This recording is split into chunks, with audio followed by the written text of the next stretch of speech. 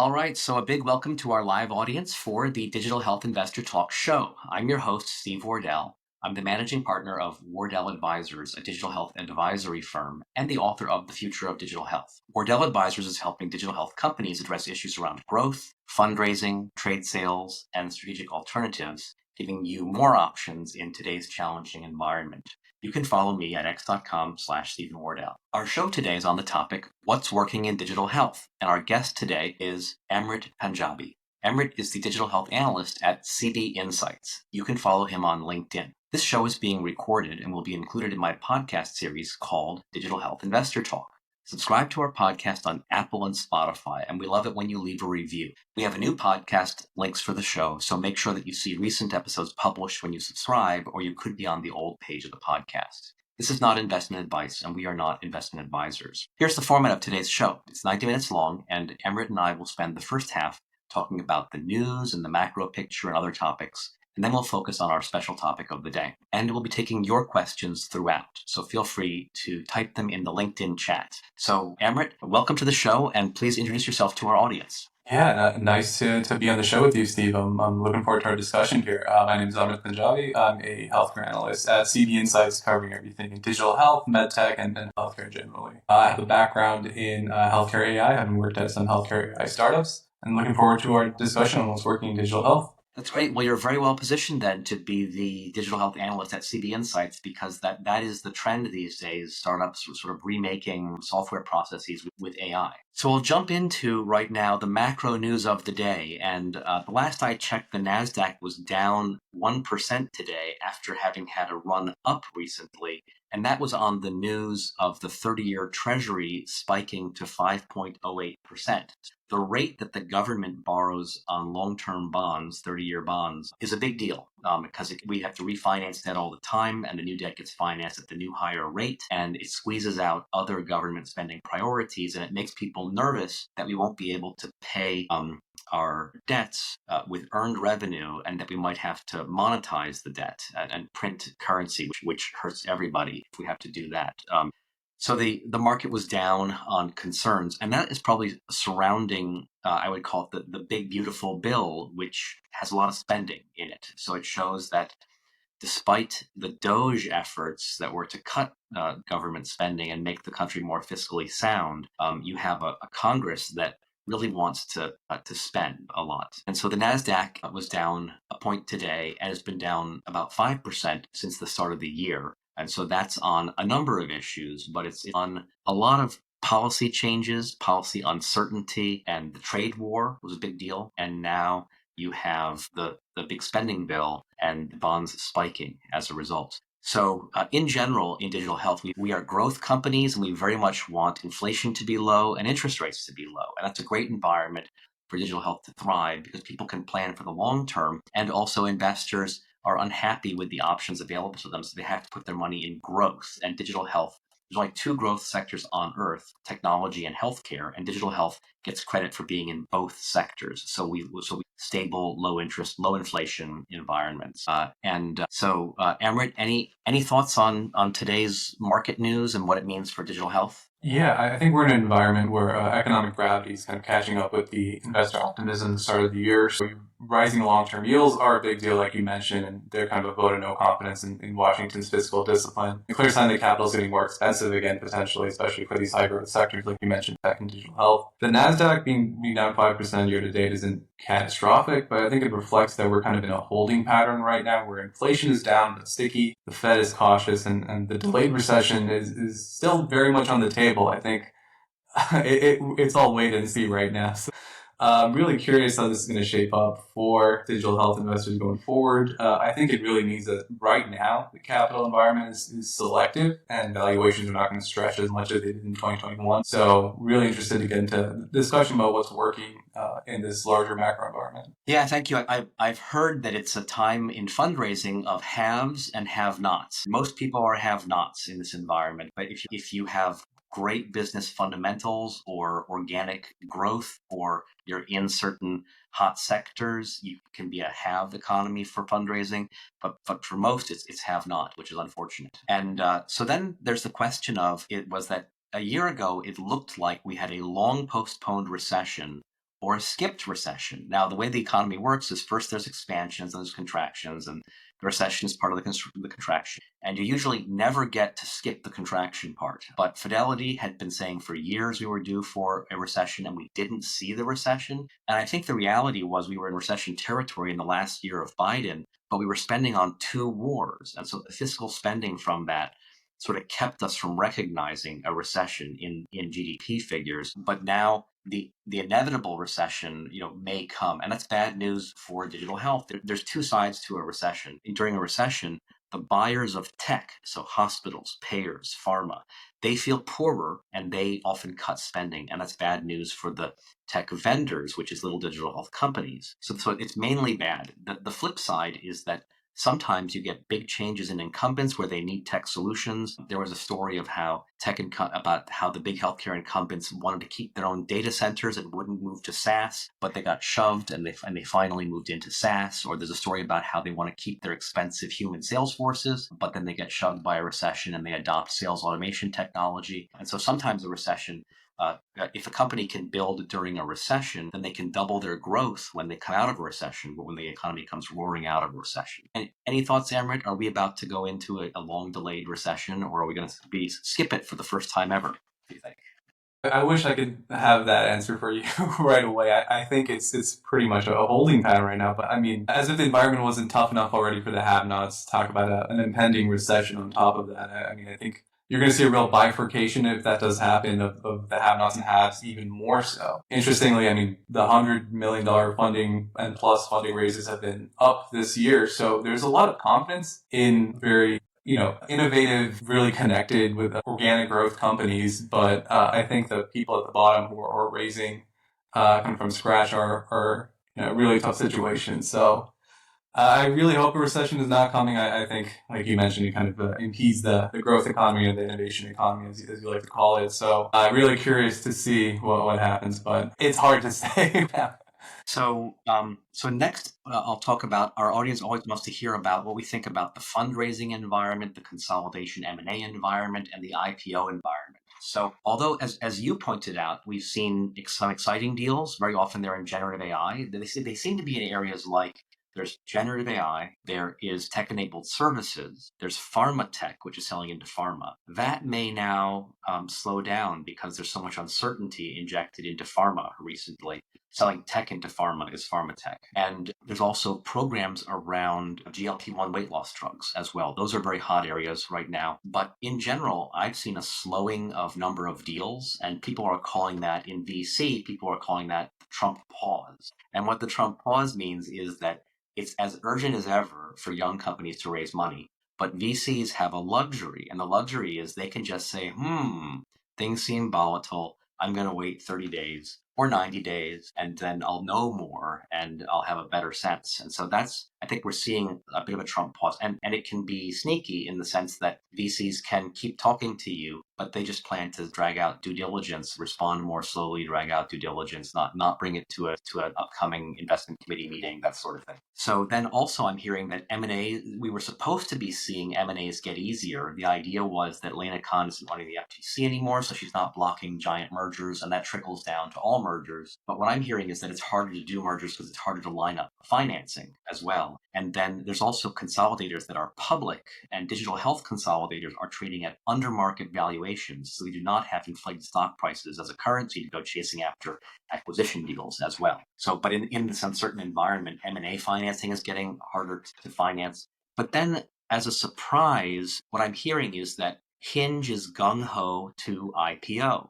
And then a news story came out today, an institutional investor, saying that Hinge could IPO this week. So that is quite we just had a market down 700 points today, and that's often enough to scare off an IPO.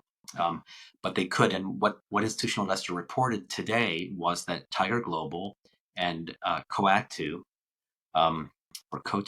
have taken big stakes, and those are funds with a big track record as crossover investors or investing in IPOs. And if they're behind a stock, that usually means other that they can give it some momentum to be a successful IPO. Now, what does it mean to be a successful IPO? Well, what it means is that it gets a full subscription before going out. It prices within the range that the bankers and management wanted it to price. And then it goes up 15% over the next few weeks, and then it stays up. That's what a successful IPO means. And if it can do that, then there's 100 digital health unicorns that would like to follow. And and digital health that's just digital health. There's also B2B tech unicorns. There's also there's defense and space unicorns and fintech unicorns that would like to go out. And nobody thought it was going to be digital health that would lead this. We thought that it might be Stripe or SpaceX or something might lead this IPO, but no one thought it might be a digital health unicorn called Hinge. And for digital health, the stakes are big here, because if it fails to go out, that says something bad about a digital health bellwether. And if it goes out and then falls, that says something bad about the IPO environment. And a lot of management teams are not going to want to see that for themselves. So it's high stakes, could happen this week. So Amrit, any reactions to the fundraising consolidation and IPO market?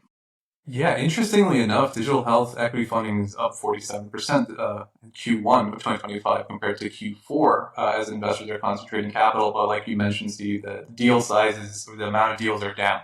So you're seeing more consolidated deals into either more mature companies or more networked and very integrated companies compared to the previous quarter. So investors are spending, but I think, like you mentioned, we're in this bifurcated environment where the VCs are still playing defense and they have all the leverage in any negotiation that they go into in any situation with any company raising capital. So they're focused on preserving capital and really focusing on proven models. But the late stage deals, and you mentioned with the Hinge Health IPO is beginning to thaw. I think a lot of pressure has been put now on Hinge Health and their performance as an indicator for what is to come after that for other digital health companies looking and watching their reaction. So they have been trying to enter the market, have been trying to go public for a while. I think they're kind of striking on this moment. In this middle ground as their time to make that play. You know, their potential to use is a huge one. They have real clinical and economic value in that specific NSK.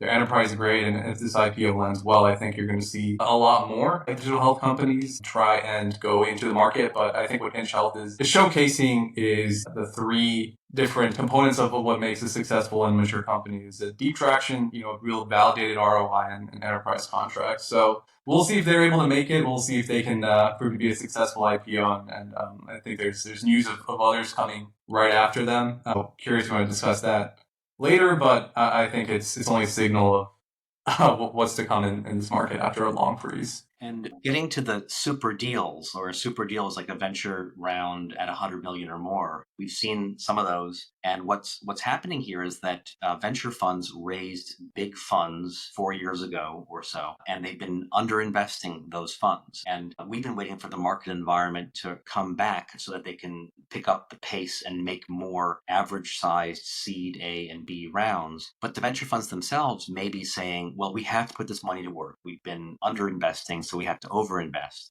And so instead of doing $20 million investments, we might do a $100 million investment in a proven winner that's de-risked for us. And that may be how they want to tackle things, but that's bad news for the early stage, innovation economy. So, and so for our audience, feel free to ask any questions about macro environment, fundraising, consolidation, M&A, IPOs. So Eric asks, what about Omada's IPO plans? So I think we saw that, Omada, I think maybe older than Hinge and less profitable and earnings negative, less profitable than Hinge. Both cases may be a case of old investors wanting to get out, for demanding liquidity and get out through an IPO, which is not always a great setup for an IPO, as opposed to a young company has ambitious acquisition plans and capital raising and ambitious acquisition plans and needs to IPO, which is a different reason And so I think that Omada is looking at Hinge and saying, will Hinge get a good reception? Is that good enough for us? But as I said, there's 100 digital health unicorns in the wings that would like to go out, and Omada's is the next one after Hinge. But if it's earnings negative in this environment, it's going to be looked at more critically. It may be harder to fill the book. Absolutely.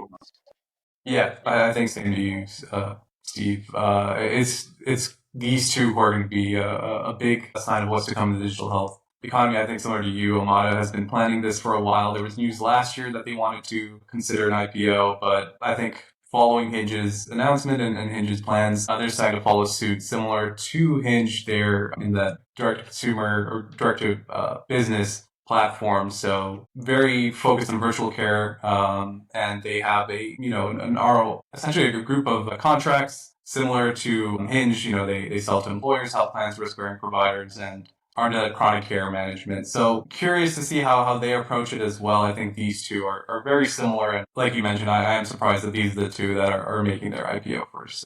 Really curious to see how it goes. And Omada has been on the list of companies most likely to IPO in digital health for like 5 years. And so I'm not surprised. And then, so now we'll move on. For our audience, feel free to keep asking questions about these topics. We're going to move on to something else, which I call future administration policies. And so there's so many changes coming from this administration but it just in the last week or two, have any really stood out? And for our audience, feel free to throw any questions or issues in the chat. I think the biggest of the last 2 weeks was that Trump announced yesterday, I think, that he was going to demand that drug prices give America most favored nation pricing, which is specifically they give us pricing at the lowest level within the OECD countries. The OECD, that is a group of relatively well economically developed countries, rich countries. And he said that for American consumers and patients, this would cut prescription drug prices by 59 to 90%.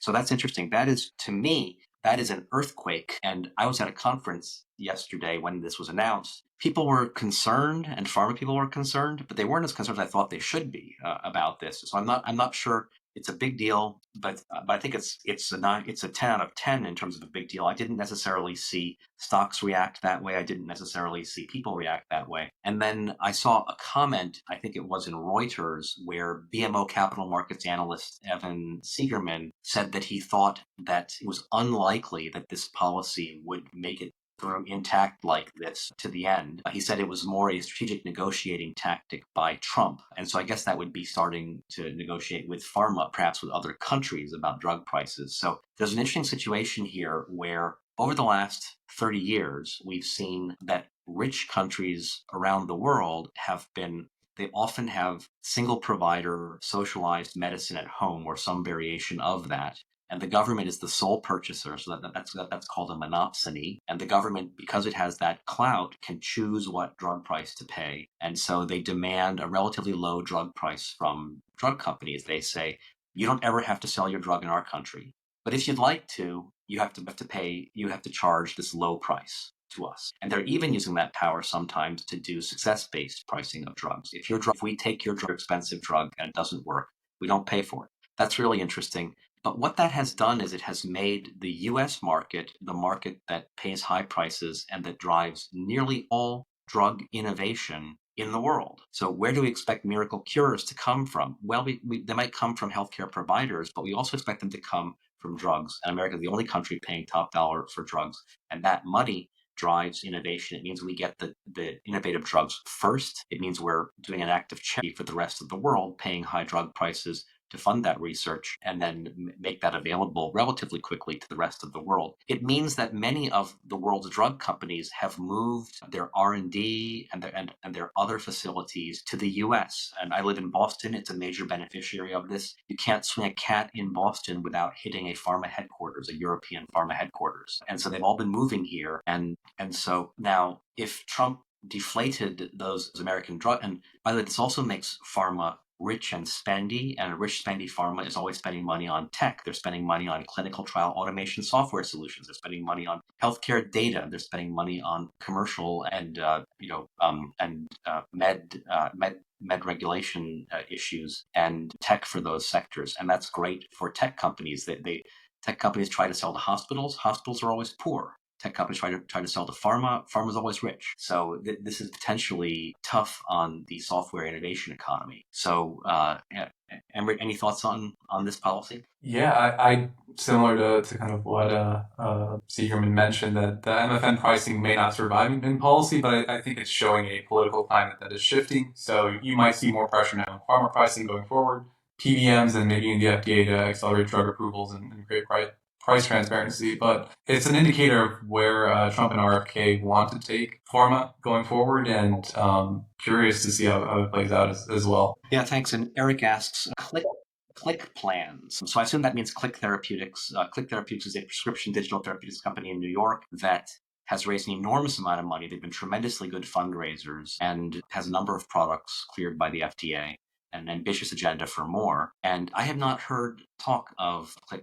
Therapeutics doing an IPO. So I don't know. I haven't seen talk about that. I would wait to hear about a hit product, rapid adoption of a prescription digital therapeutic software product that Click made. And in the wake of that, I could see them with an IPO. So now we're moving on to business and trade journal news. So for our audience, feel free to throw any stories in the chat that you want us to comment on. But I'll just mention that I saw news. So I have been encountering a lot of venture studios and incubators in digital health. It's interesting because Sam Toole of Primary Venture Partners a while back said on my show, we need to rethink incubators and have more incubators and have young companies spend time before the venture clock starts at hospitals, selling into, billing in hospitals, selling in hospitals, and then they need to show up with more pieces of the puzzle when they get venture funding because they got those pieces of IP, of products built, and of know-how when they were being incubated. And since then, I've actually seen a real growth. And partly I think this is because of AI is causing people to rethink things and want to rebuild things rapidly. But also other reasons we've seen a growing number of incubators. I think an Israeli hospital just opened up a incubator studio in Boston in affiliation with the Boston Hospital. So Abundant Venture Partners just announced it's launched the Abundant platform aimed at helping startup companies engage with providers. The platform is offered through their venture studio. The platform includes a network of health systems like Christiana Care, Kettering Health, the Medical University of South Carolina, and more. So because I've seen so many of these, there's a bunch in New York. Redesign Health raised a bunch of new money in New York for their incubator. I'm calling it a new golden age of studios and incubators in digital health, which in turn means we're going to see a growing crop of more baked young startups as well. So, Amrit, are you seeing that too? And why do you think it's happening and what do you think it means? Yeah, I think it's two things that's causing this. One, the funding environment that the companies are in, where young startups are not able to raise that capital, and to just get the first piece of the puzzle, an incubator is a good solution because you get a use case, a network that you're able to deploy your solution in, do a lot of the initial work in figuring out the use case, refining the product, and having institutional investors, potentially institutional partners, before going to raise. So I think just the difficulty in funding has caused a rise in these incubators for digital health solutions. And from the perspective of the incubators, they get to nurture and then develop successful companies who are coming to them. So from a hospital perspective, I know Cedars-Sinai has one as well. I see it as a win for them. They get to deploy solutions directly into their healthcare system that could potentially benefit them, get a piece of the pie before a product blows up. And from a equity or startup perspective, why not just jump in with an institutional partner that could help you scale to the next level? So I think just the current funding environment has caused this kind of setup to only grow. Yeah, I think that's well put. And by the way, I think we skipped something. Did you have any remarks on other things coming out of the Trump RFK policies? Yeah, there was a curious news from a company from Japan, Fuji Revio, which is now the first FDA cleared for marketing Alzheimer's blood test for potentially faster diagnosis. So I think coming into the RFK and Trump era, the idea was going to be maybe faster FDA approvals, more things going through the green light. And I think this Fuji Revio case is only the first of more to come. I think this is going to be applied to oncology, early detection. It has a chance of having faster approval. So I think those companies are keeping an eye on what just happened here with the Alzheimer's blood test. And I think you could see more either liquid biopsy, early detection tests come out in oncology and further in neuro. So I think this is a very interesting space, and the FDA seems very kind of gung-ho on moving these faster along, and this seems to be a priority. So really interested to keep an eye on this specific product, and then who else is going to follow suit and try and make that play for an FDA approval. So just wanted to put that out there. Yeah, thank you. Very interesting. And I've also heard some concern. There's people who have medical devices before the FDA, and there were some cuts, I think, among the staff. And they think those cuts are going to translate directly into slower medical med tech clearance. So let's hope not. Let's hope that is somehow paired with efficiency in terms of speed as well. And then Eric asks again, the Y Combinator model. This is talking about studios and incubators and accelerators. So incubators and accelerators, to me, those are the same thing. But a studio is more that you have hired builders on staff, and those builders are building multiple companies, and they'll also help an outsider who wants to pay them to build the company as well. So that's the distinction there. And so it's a good question, Eric. I think Y Combinator is very successful, although I associate that with what I would call classes that are pushed through a rapid series of events that gets them ready to go to market. And I have not seen that with digital health accelerators and incubators. It's more that they just have time and support at whatever stage that they're in, in the accelerator. And increasingly, accelerators are virtual. In the old days, there used to be a building with a lot of rooms in it, and now increasingly they're virtual. So another news story. So Rad AI, a generative AI radiology software workflow company, added $8 million more to its series. So it's $68 million Series C round. So this is one of those large rounds that we've heard of. And sure enough, it's a Gen AI company that's raising a large round. And this additional funding was provided by Memorial Hermann Health System, Advocate Health, Atlantic Health, and Corewell Health. So whoever's behind Rad AI is doing a fantastic job of lining up health systems behind. That's a wonderful indication that you're going to be able to sell now, today, and tomorrow to these health systems. And then I'll throw in a second one. So Florida-based Dazos, a CRM in the software in the behavioral health industry, raised $25 million Series A. The product has CRM, revenue cycle management, admissions management, and the funding will speed up product development. And the round was led by New York City-based Radian Capital. So I think this is an example of revenue cycle management continuing to be a relatively hot sector in the provider space as compared to electronic medical records and clinical decision support, which is not a hot sector in that space. And revenue cycle management, of course, helps companies get to revenue, which is why these are seeing continued usage, adoption, uptake, and expansion. So those are two rounds in the last couple of weeks in favored sectors. So that just supports and reiterates that sort of the hypothesis that it's a favored sectors are sort of getting all the money, and unfavored sectors are unloved today. So Amrit, any thoughts about those two deals, Rad AI and Dazos? Yeah, just similar to Red Eye, I think you're seeing a lot more of these companies really line up institutional investors, including healthcare systems. So one to note, Abridge, who lined up Kaiser and the UCI Health and a few other healthcare systems into their deals, and you see them getting implemented in those systems either further along or as part of it. It's a really great strategy for these companies to take these institutional investors into their syndicate and then deploy. So it's a very, very interesting model. I think too, just to bring up about, as we're talking about funding, in the last week or so, we had Cohere Health last week with a $90 million raise. So it's I believe it's a Boston-based company, with led by Temasek, which is a Singapore venture capital. So very interesting combination of events there. But the institutional investors included Flare Capital, Deerfield Management, and Defined Ventures. So Cohere Health, kind of going to your previous topic, is a clinical intelligence company with solutions for health plans such as prior authorizations, and the CEO kind of expects the funding to scale and develop into new use cases. So just wanted to put that out there and kind of mention it. But I think similar to you, a lot of these back office solutions for healthcare were not a front end, which is similar to you're saying like EHRs that need to integrate with a clinical workflow and interact with more providers. They are getting a lot of love just because, one, they do help, like you mentioned, kind of plug up that revenue, increase revenue for healthcare systems, and are really primed for automation. I think that's why you're seeing a lot of money going into these two areas. Also, digital health, or the healthcare sector, you could say maybe it saw an overinvestment in EMRs from 2009 to the present day, and those companies neglected revenue cycle management investment, even though there's a stronger financial case for making revenue cycle management investment. And so now we're seeing a catch up and a focus, and revenue cycle management in the healthcare sector and the provider sector is a really awful tough manual business, and creative solutions that come along and help automate it are very welcome in that sector. So, and Amrit, I'm going to skip some stuff just to keep us on track. And so let's see, but in general, we're seeing funding and large rounds in certain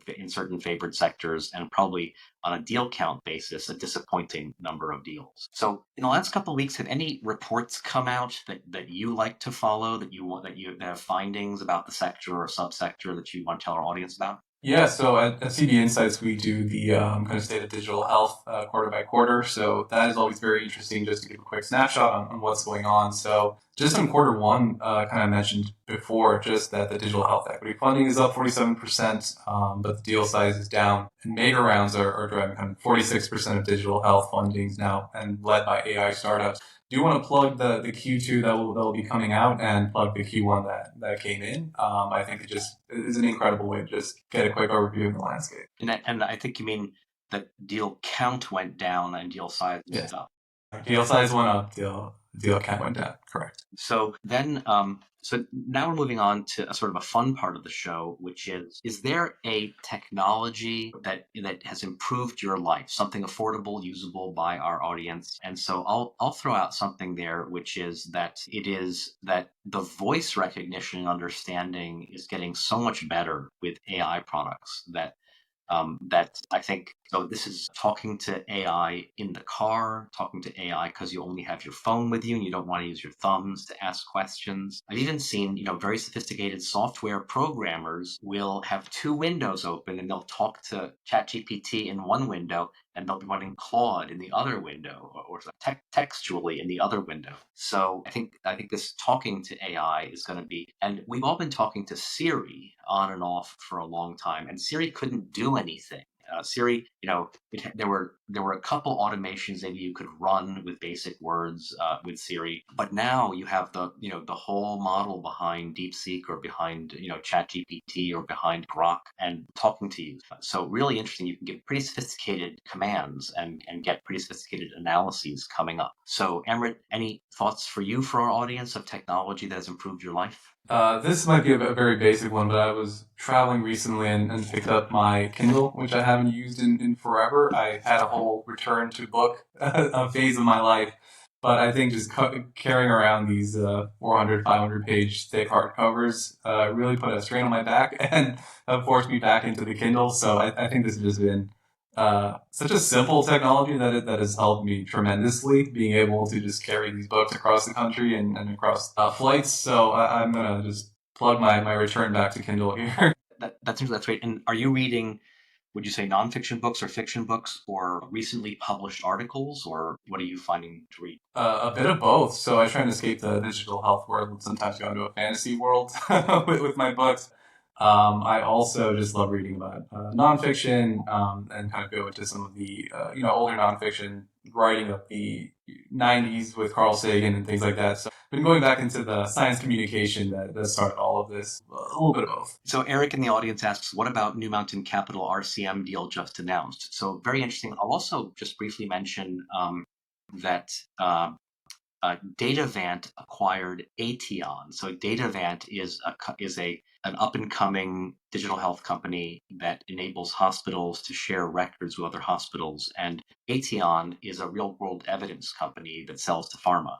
And so this is combining different data sources. But what really matters is that there was so few M&A that were happening in the past. And I think this is the beginning of favored companies will have access to capital to make acquisitions. And I have been saying that the sector is overdue for consolidation through M&A for a long time, since 2016. And I didn't realize that the Fed's zero interest rate policy was postponing the consolidation wave. It was enabling entry into the sector and postponing consolidation. But I think that's consistent with the idea that we're finally seeing this consolidation. I think in general, it's going to be on buyers' terms, which is too bad for sellers and innovators who built a company to have it be acquired at a low multiple. And then Eric asks about New Mountain Capital. So New Mountain Capital has created a new co called Smarter Technologies, which is a revenue cycle management company, and they've tucked into it 3 existing revenue cycle management companies. I guess this is what you get to do if you're a private equity firm.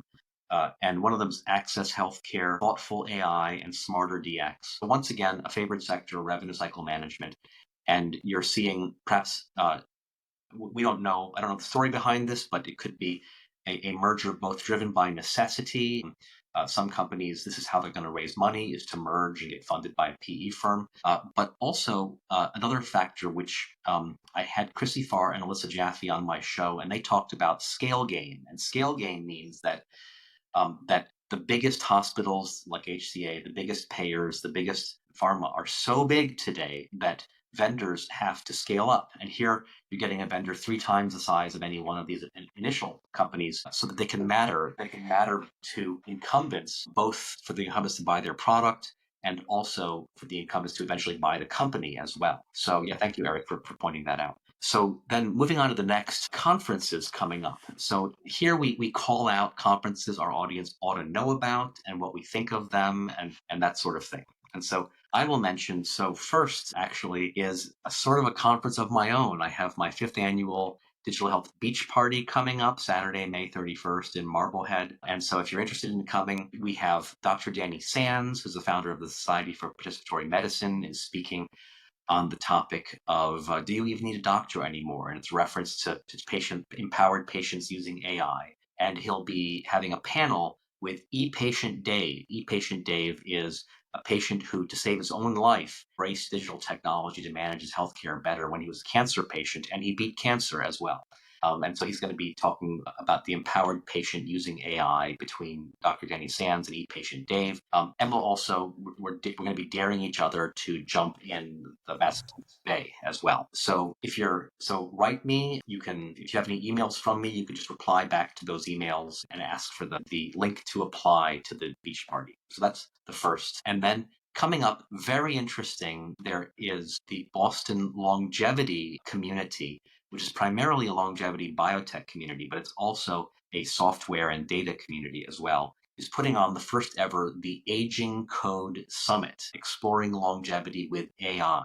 That's agingcodesummit.com. And I have a promo code for that, Wardell20. If you enter Wardell20, you'll get a 20% discount on your ticket. And it includes a conference with prestigious Boston longevity presenters, plus a pitch fest of longevity companies. So that's an intriguing one. It's a look at longevity with an emphasis on data and AI. So that's what I recommend. So and then Bio's coming up. Bio this year is in Boston.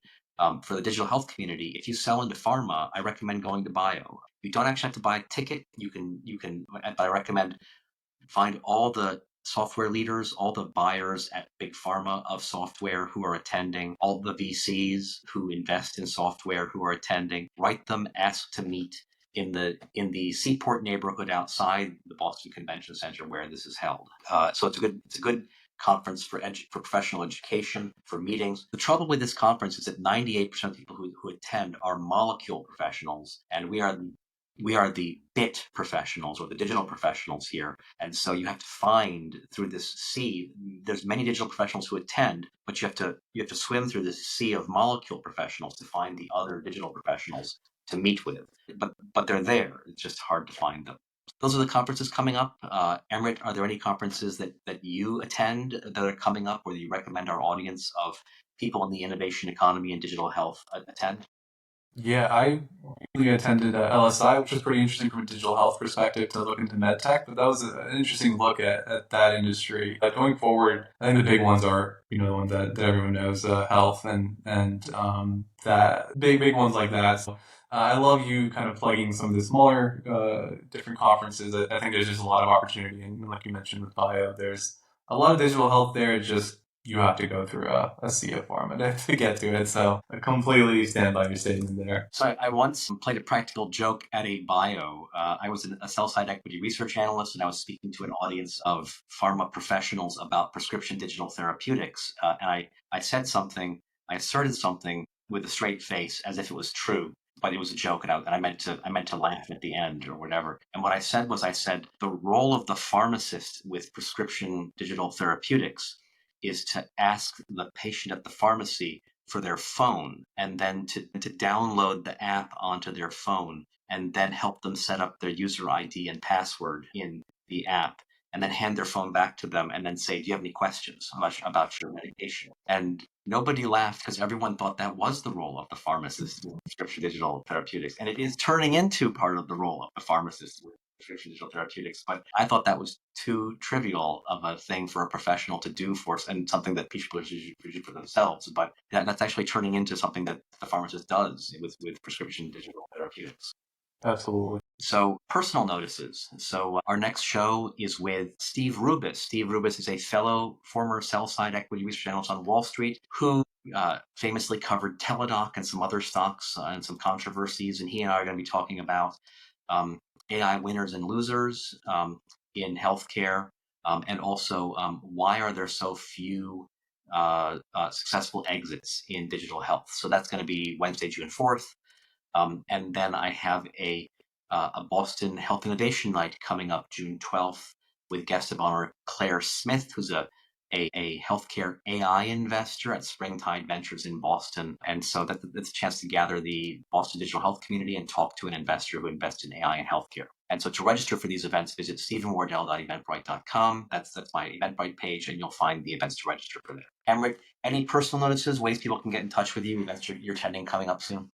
Yeah, you follow me on LinkedIn. Please feel free to reach out with any questions. I'm happy to take any questions, have a discussion. I love talking about this stuff, so always happy to chat with the broader community about anything digital health. And you can follow me and my whereabouts on LinkedIn as well. Great, thank you. So now we're transitioning into the second half of the show, and in this, where I'm interviewing Amrit about the question of the day. And so I'll just lead by saying, in the present moment, young digital health companies seem to be more out of favor with investors, and digital health products have a long history of kind of struggling either with selling the product or implementing the product or getting the product adopted by users or by patients. But nevertheless, we are seeing parts of digital health that are working today, which is a nice breath of fresh air in the current financial climate. So what would you say is working in digital health today? Yeah, so just going from a broader perspective, like we all know this narrative, digital health is out of favor, venture dollars are tight, and a lot of products just haven't delivered. From what we're seeing, it's just half the story. I think we're seeing more of a recalibration rather than a full retreat from digital health. So the companies that are gaining ground today have three things in common. One, they are AI native, so they're solving these cost or workflow pain points through AI. Two, they are solving real cost and workflow pain points. And three, they're plugged into buyers with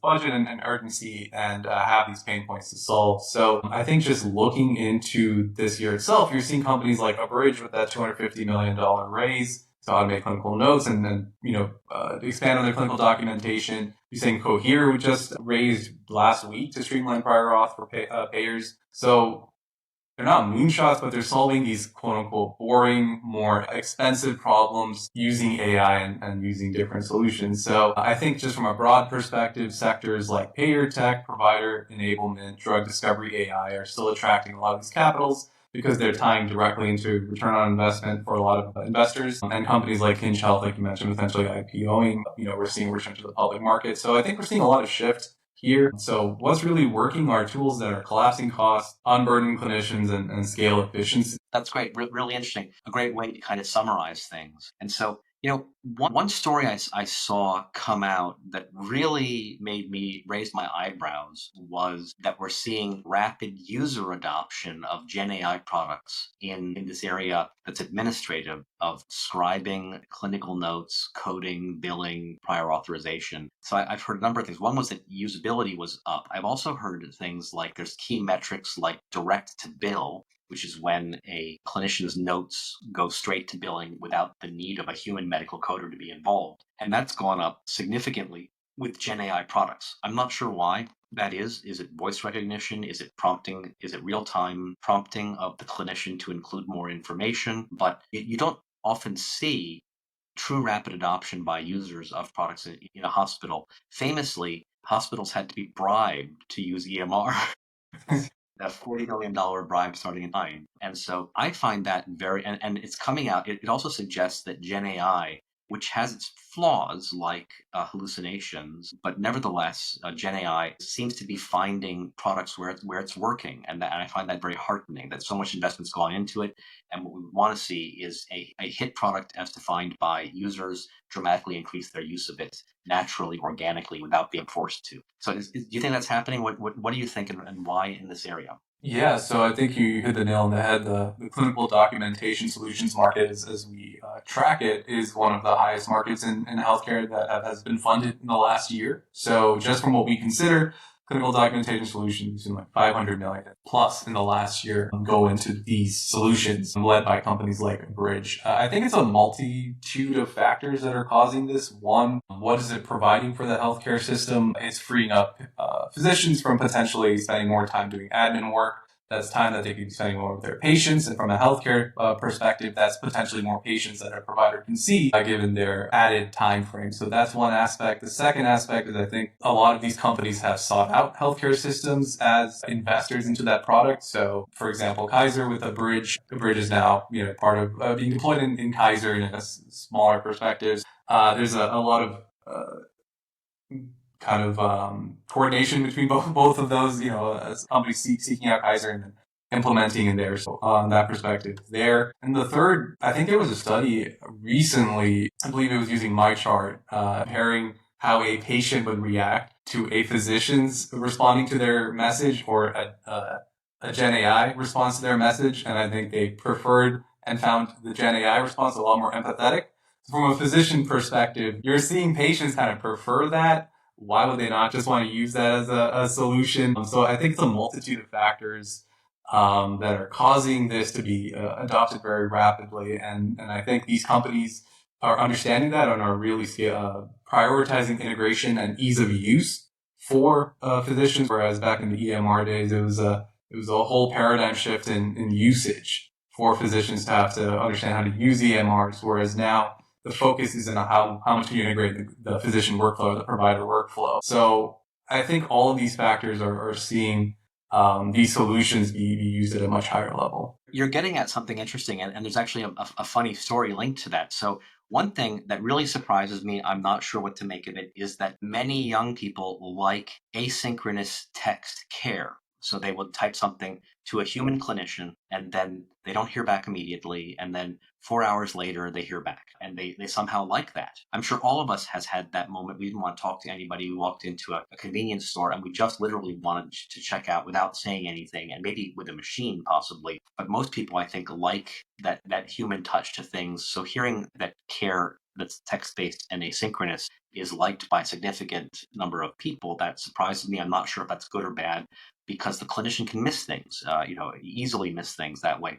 But then there's also maybe for mental health or other purposes, talking verbally to an AI. So I'm not sure if I like this or not, but if somehow we knew that it was popular and that it worked, that would be astonishing. But there's such a problem with access to mental health and behavioral health services. And so if somehow people were helped by talking to an AI, that's another step in this process. And so I'm not saying that either of these is necessarily good or what's working now, but it would be very interesting if say young people preferred talking to a Gen AI agent for mental health, and that it was helpful and worked somehow at some level, even though there might be a human monitoring everything. But the funny story is that so we kind of so there are certain conditions that men and women have, and it might be that you have a sudden need to get an STD test, or that you have erectile dysfunction and it's very upsetting, or you're losing your hair at age 32, or something, male pattern baldness, or you suddenly need to get a pregnancy test or something. And your doctor, your primary care physician, would love to have this conversation with you. They really, really, really want to have this conversation. They've done so much to build up an atmosphere of trust with you. But then it turns out that a lot of people in this circumstance, what they really want to do is they want to go to a stranger on the internet.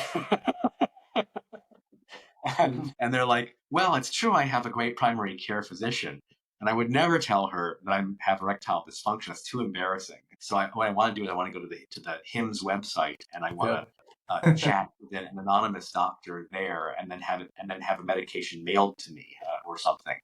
So anyway, so that it's interesting. It's like before Uber, we were told not to put our credit card information on the internet, not getting card with strangers, and now we use Uber to charge our credit card to summon a stranger in a car to take us somewhere. So Yeah, absolutely. changing behaviors there.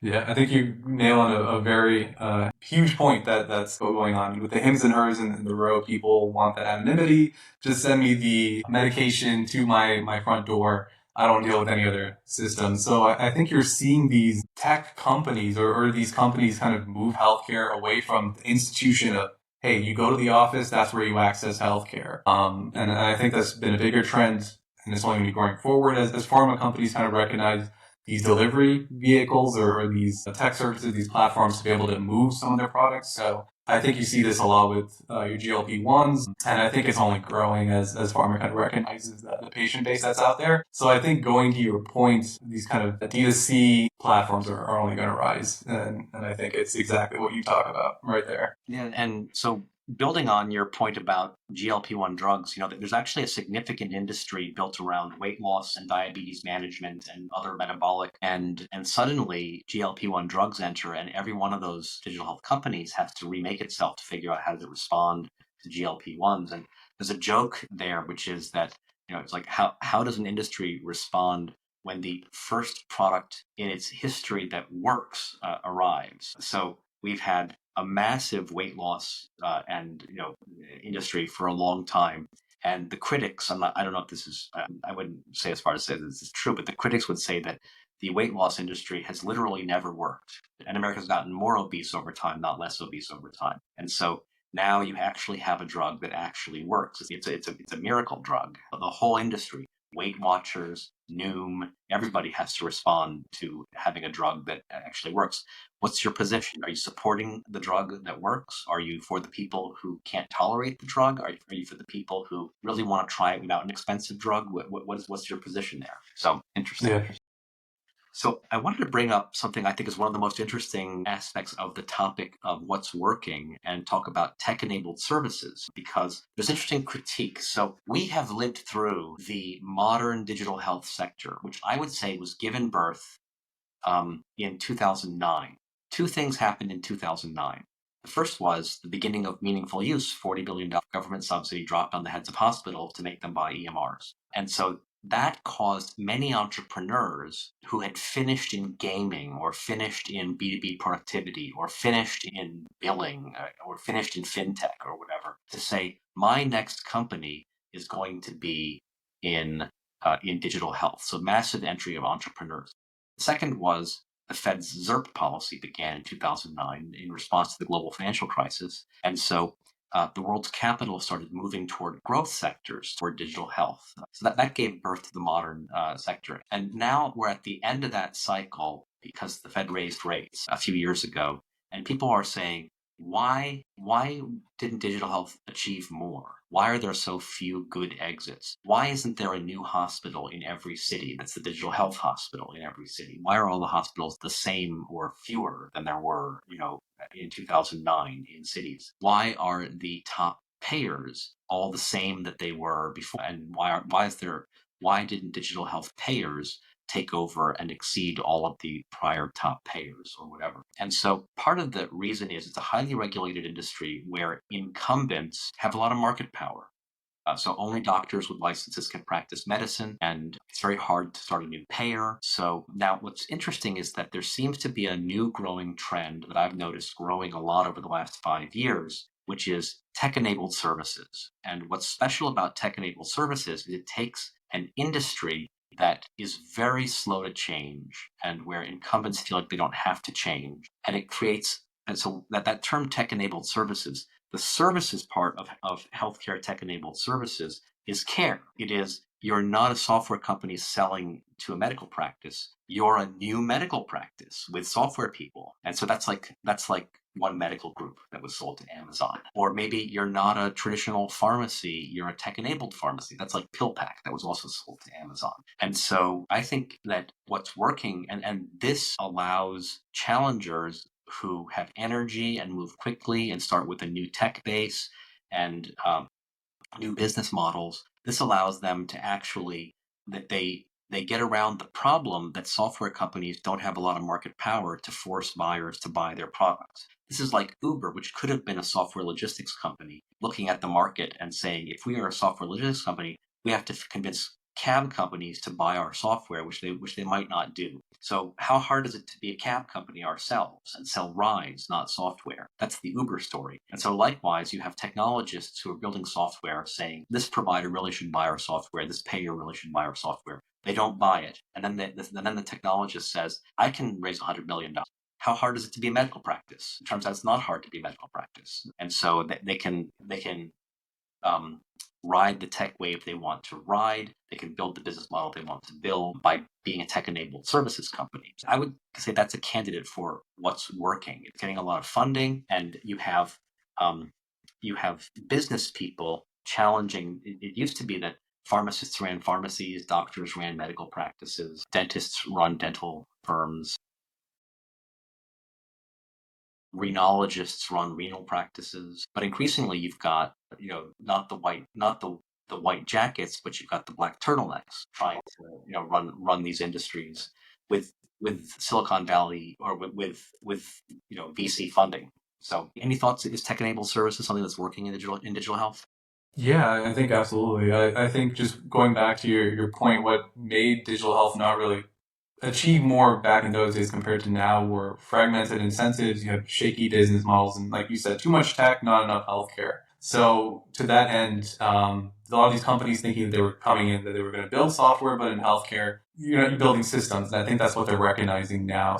Going to your point, the tech-enabled services are definitely working. I think you can look at Hinge Health, who is really looking to IPO now as a tech-enabled MSK clinic. Combining the motion wearable sensors, the virtual PTs, getting the behavioral health coaching, surgical triage, and great profitability. So they're going directly to your provider, or they're going directly to your employer and offering that as a specialty clinic right there, almost on its own.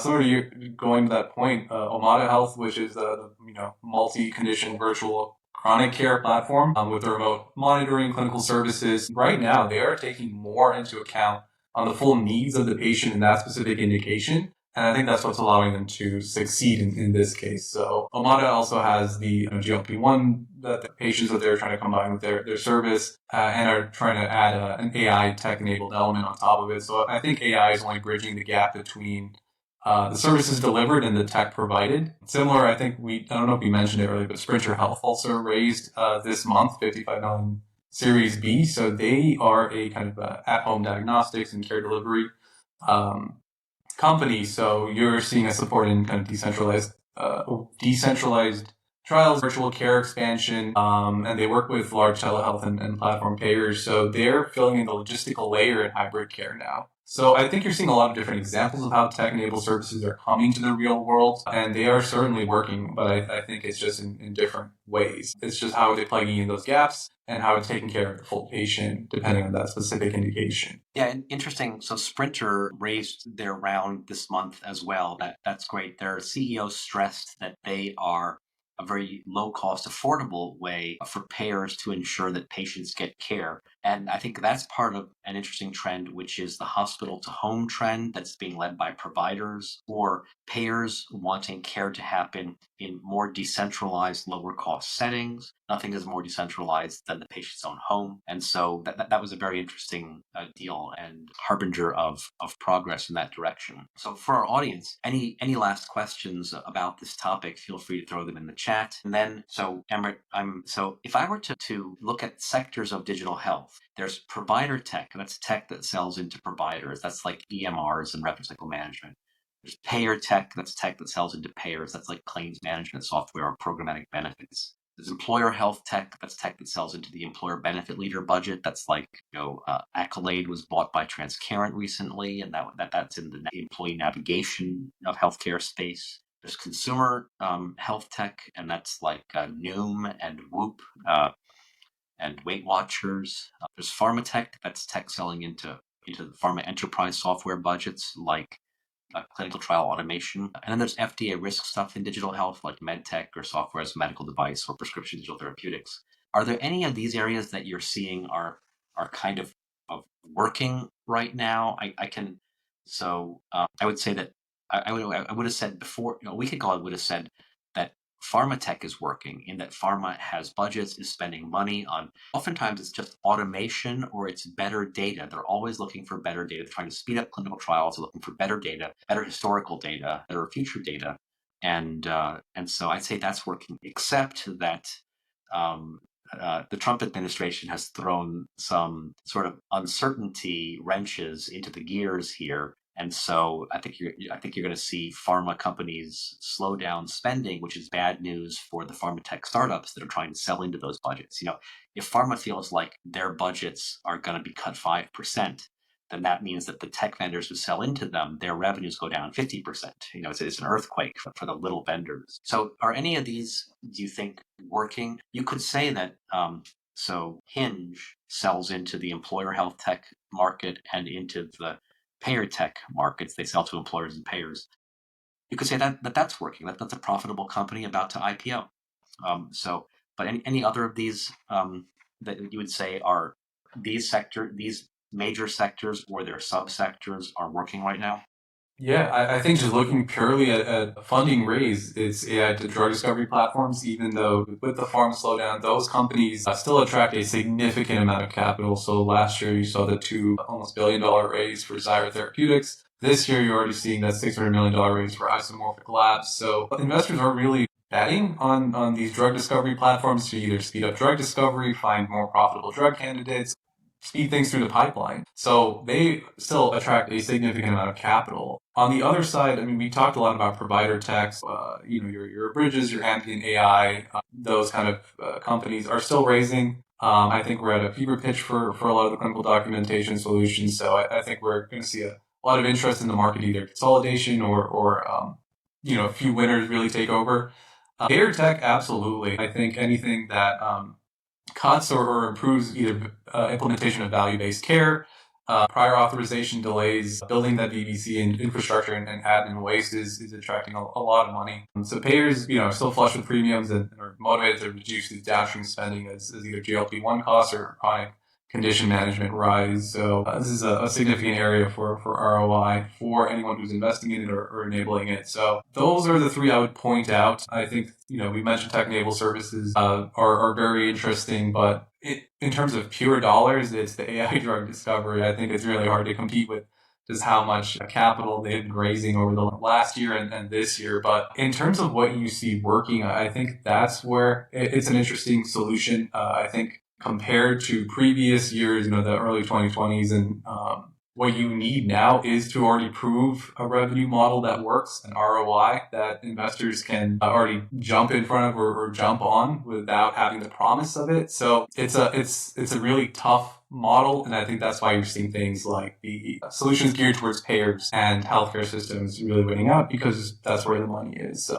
And I would throw in there, as part of payer tech, I think a hot area right now is solutions that help plan managers score higher on government ratings. So that is something that can actually help or hurt the plan manager's career a lot. If their plan gets unexpectedly downgraded by government scoring, then that's really bad news for their plan's revenue and for that plan manager's career, among other things. So that's a hot area as well. And then, so we'll wind up soon for our audience. Any further questions or ideas you have of subsectors you think are working that you'd like to get our reaction to? And then any sort of technologies that are working today that that people don't know that they're working and helping. So I mentioned at the beginning of the show, voice technology is getting so much better today. The accurate transcription, the understanding by the ability to take unstructured text of someone's free speech and then turn it into structured text that's then more useful to databases, and the ability to take action based on your text is just amazing. That's something which healthcare has a lot of use cases for. That there are doctors who stand and don't sit down during their work, and there's doctors whose hands have are unsterile and can't type, and so there's many uses. There's a lot of people who are sick and tired of data input all day long, and healthcare is the most information-centric industry, and it's the industry that has to required to capture the most data. And so switching some of that to the voice modality is better for the workers. So any other thoughts about technology that powers products that's working that's different today than a few years ago? Yeah, I think it all just comes down to AI and AI native. So I think startups that are actually baking AI into their infrastructure, not more as a feature, but more as the engine, are really working. So AI as an operating system, I think similar to what you mentioned, is working. I think LLMs, the clinical co-pilots, like you mentioned, it's kind of co-pilots making clinicians faster, more focused, less burnt out. I think the jury's still out on the implementation is going on and how if physicians, if they are using them, are they actually decreasing the time? I'm curious to see as these systems only improve where that goes. Interestingly enough, I think clinical data is a huge aspect. Companies like Innovator, Truveta, anything that's using or platforms that are normalizing and tagging and activating clinical data across siloed systems are massive. Being able to tell the clinician where to look at, pick up on issues that come up. I think that is already in play. These are only things that are going to power analytics, improve value-based care, research, and AI going forward. So I think if you want to look at what would be next or where that hot area is systems that are able to unify across all these different aspects of operations and R&D in the healthcare system and rapidly respond to change. But I think of what's working right now, it's kind of what you nailed. It's the Gen AI for clinical documentation and just the systems that are able to parse and provide useful insights from data. I've heard a theory put out there. This is really interesting, that the AI voice chat is going to be the new operating system and the unifying app. So if you think about it, today, what knowledge workers do in their job is they go and get information out of different apps. And how many times have you said, to get that information, I need to open FactSet. And to open FactSet on my computer takes 35 seconds.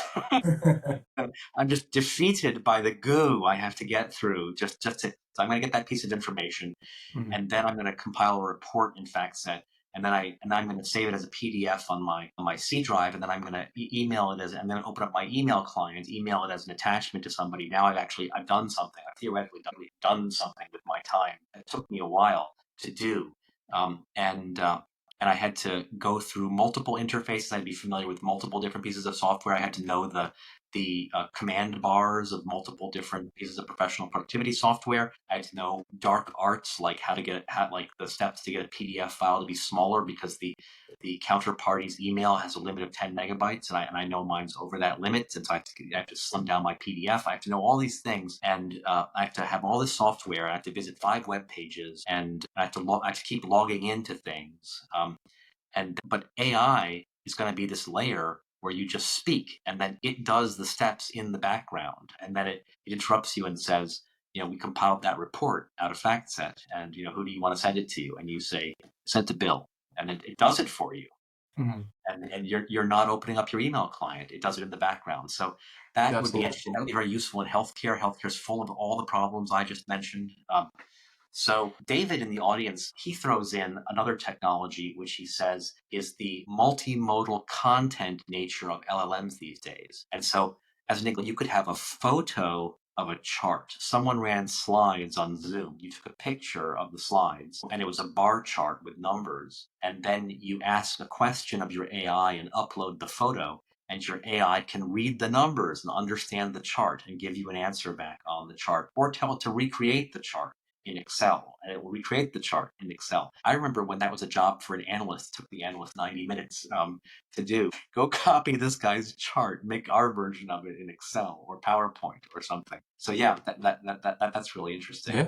Absolutely. And it's being used a lot in treatment selection. I think that's where you're seeing the first implementations of multimodal AI technology in healthcare. So being able to understand clinical variables from a patient, pathology, and taking those two streams and then providing either treatment selection based on what it's ran before is a massive. And I think one thing I'm a big believer of in the future is actual data through multiple sources, through multimodal AI that will actually help the clinician changes decision making. And I think that's the key is, are you providing, is this AI providing kind of fluff or a layer that won't affect decision making of a provider treating a patient?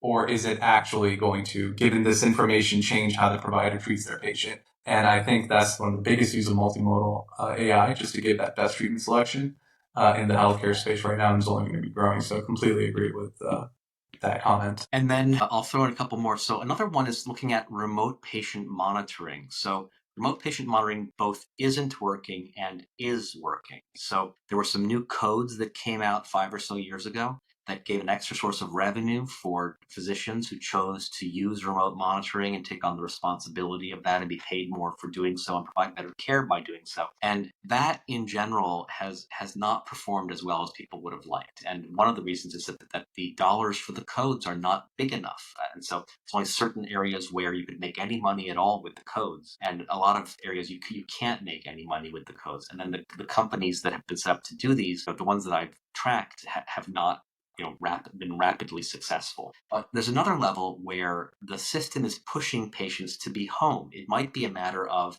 that they stayed 6 days in a hospital bed, but the system's pushing them to be home after 4 days in a hospital bed. Or it might be a matter that someone would have to come into a provider, but now they can stay home. And the number of sensors are getting better. There's more sensors. They measure more different things. They have more different kinds of data. They are cheaper and cheaper. They're effectively disposable these days. You use it for 2 years and then throw it away. And there's a more advanced version of the product available to you. And there's more. And so because of this, it allows you to take people out of very expensive settings where they don't want to be. If the patient could choose, they don't want to stay the extra 2 days in the hospital for one reason, which can be monitored. And these are often solving problems. A billing code might be $100, but the problem you're solving for a provider might be a $6,000 problem per day, or a $10,000 problem, or a $15,000 problem, or more.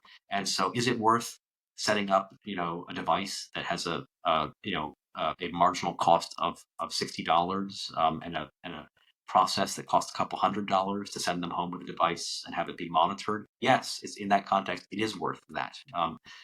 And in a capitation or a value-based care setting, you want to get early alert that there's a problem and take care of it. You don't want the person showing up in someone else's hospital emergency room for a $30,000 visit that you have to pay for. And so remote patient monitoring is working because the sensors are working. They're more available. They're cheaper. They do more today. And then an area I'm a little disappointed in is, I would say, MedVR, med virtual reality. So this has been on the horizon for a long time. This is one of those things that's always, you check in every couple of years, and it's still the product of the future. But you see MedVR being used for training, but I don't see, and so that could be great. You see MedVR is used for training barge captains, for training Formula One racers, and for training surgeons. I would love to have my surgeon get twice the training with the increment being done, in MedVR. Throw that surgeon someone who's bleeding out on his operating table, and then see if the surgery can actually get it stopped or whatever. Mm-hmm. But you see it for training, but we're still looking for more use cases for that. Mm-hmm. Yeah, definitely. Any other thoughts on technologies that are working? Yeah, I think just going to your point, you would think for home health, I agree with you. You would think that the pressures would force it to be a more innovative area, but the numbers have not been there for successful companies. So I think there's still a lot there to be mined, and for the companies to really rise in that space. So I'll be keeping an eye out for that.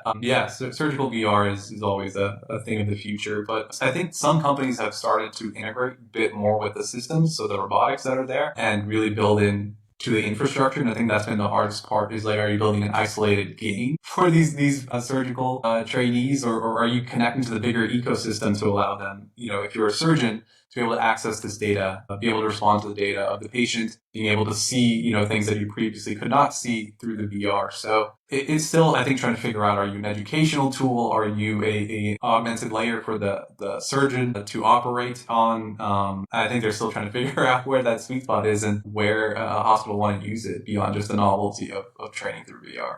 That's great. And so Bart Carlson in the audience mentions that we're bringing a one-click per year clinical records aggregation solution with a feature that automatically keeps all approved health apps up to date. Any thoughts or recommendations? you might be able to share as we bring the solution to market, as you bring the product to market. So on the fly, I can't really think of much here except that to take a look at Zeus, what Zeus Health is doing, and take a look at what the company we mentioned earlier today that did the acquisition, I'll tell you in a second, Datavant. Take a look at the offerings by the Zeus Health and Datavant, and they are both possible competitors, also possible channel partners, also possible consolidator candidates for you. Yeah, I would just say integrator is key in that scenario. So anything that would increase the workload of anyone within the healthcare system, as much as you can decrease that, for them to click away on another chat, like Steve mentioned, another window or another desktop, as much as you can integrate into the existing framework, and provide as much of a complete data set is going to be the key there. Well, thank you, Amrit. And any final thoughts about what's working in digital health for our audience? Yeah, so I think it all comes down to right now, for if you're an early stage company, really trying to make it in this space, it's securing that first partnership with an institution that can speak to the validity of your product, where you've tested it out. And I think the key is just providing a tangible path to ROI or tangible ROI for payers, providers, and pharma. I think as simple as it can be, that's the key is how are you bringing in the revenue for those three players in the healthcare system, and how are you demonstrating that? So those are my final thoughts on what's working and kind of what we're seeing in the market at CV Insights. That's great. Thank you. Well, so you've been listening to the Digital Health Investor Talk show with host Stephen Wardell. Our thanks to our guest, Amrit Panjabi, the digital health analyst at CB Insights and venture capital fellow at Alumni Ventures. We are publishing this show as an episode of the Digital Health Investor Talk show podcast. Subscribe on Apple and Spotify. Don't forget to give us a rating. Our next show is Wednesday, June 4th on the topic of why so few big exits in digital health. And we look forward to seeing you there. So thanks very much and see you next time. Bye-bye. And thanks, Amrit. Thanks, Steve.